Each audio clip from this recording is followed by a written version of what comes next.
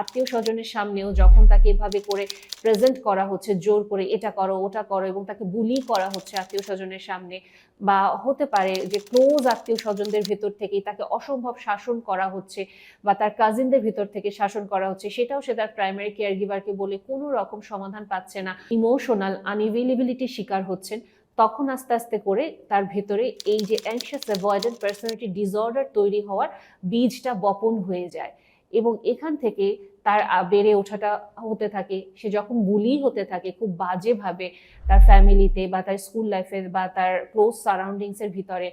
সে গুটিয়ে যেতে থাকে। সে ঠিক বুঝতে পারে না কিভাবে সে কানেক্ট করবে, কিভাবে তার ট্রমাটা হিল করবে, এবং তার ভেতরে এটাই তৈরি হতে থাকে যে সে সোশ্যালি খুব অকওয়ার্ড, সে গুড এনাফ না,